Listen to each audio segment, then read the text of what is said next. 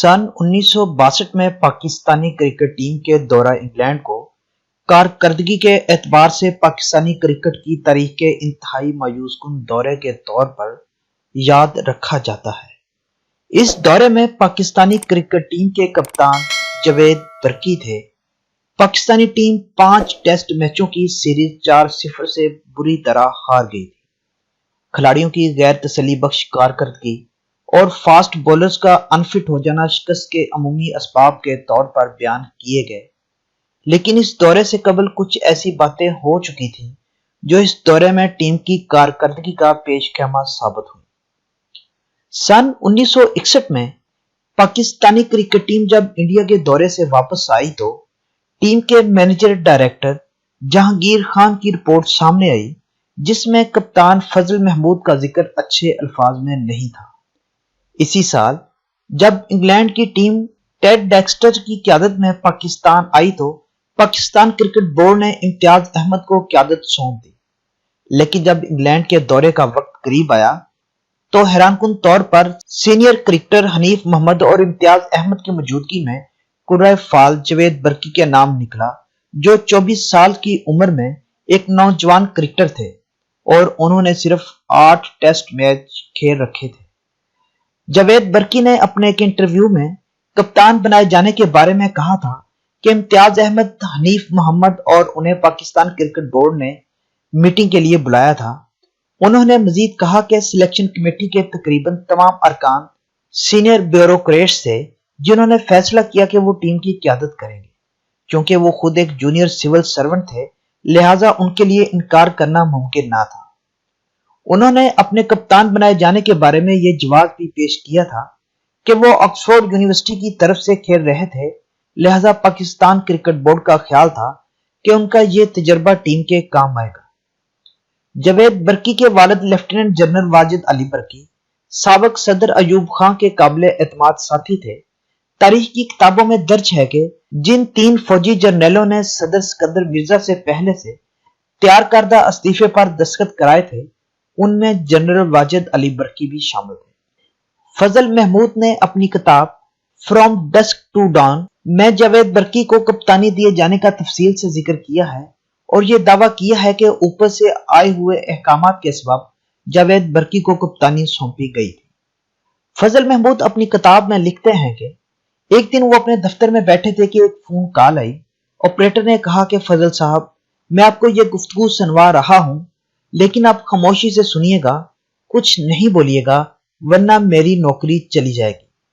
फजल महमूद लिखते हैं कि उसके बाद उस शख्स ने मुझे जो टेलीफोनिक गुफ्तगू सुनवाई वो पाकिस्तानी क्रिकेट बोर्ड की एडहॉक कमेटी के उस वक्त के सरबराह जस्टिस ए कॉर्नेलियस और किसी आला अफसर के दरमियान थी। उसमें वो आला अफसर चीफ जस्टिस से कह रहे थे, हम जिसके बारे में कह रहे हैं आपने उसे पाकिस्तानी टीम का कप्तान बनाना है। जस्टिस साहब का जवाब था, सर आप फिक्र ना करें।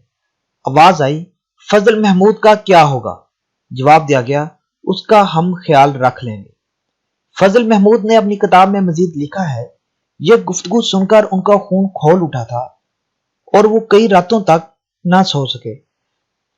फजल महमूद ने लिखा कि जब इंग्लैंड के दौरे में पाकिस्तानी टीम पे दरपे शिकस्त से दोचार हुई तो पूरे मुल्क में उन्हें इंग्लैंड भेजने की सदाएं बुलंद होने लगी। अखबारात में कालम और मजामीन लिखे गए। पहले तो क्रिकेट बोर्ड ने इस पर तवज्जो ना दी, लेकिन फिर एक दिन उन्हें पैगाम मिला कि पाकिस्तान क्रिकेट बोर्ड के सरबराह जस्टिस साहब उनसे मिलना चाहते हैं। तो वो उनसे सुप्रीम कोर्ट में उनके चैम्बर में मिले। जस्टिस साहब उस वक्त पाकिस्तान के चीफ जस्टिस भी थे। फजल महमूद के मुताबिक जस्टिस कॉर्नेलियस ने जब उनसे कहा कि अब इंग्लैंड जाकर टीम में शामिल हो जाए तो वो हैरान रह गए, क्योंकि उन्होंने ही आला हकाम को उन्हें क्रिकेट से दूर रखने के बारे में यकीन दहानी कराई गई थी और अब वो उनसे टीम में शामिल होने की दरखास्त कर रहे थे। फजल महमूद ने लिखा है कि उन्होंने जवाब दिया कि वो प्रैक्टिस में नहीं है, लिहाजा उनके लिए ये मुमकिन नहीं।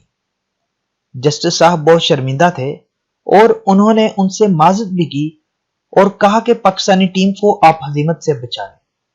फजल महमूद ने अपनी किताब में जस्टिस साहब के बारे में जो कुछ भी लिखा है वो इसलिए भी हैरान कुन है کہ جسٹس کارنیلیس کو عام طور پر ایک اصول پسند شخص کے طور پر یاد رکھا جاتا ہے۔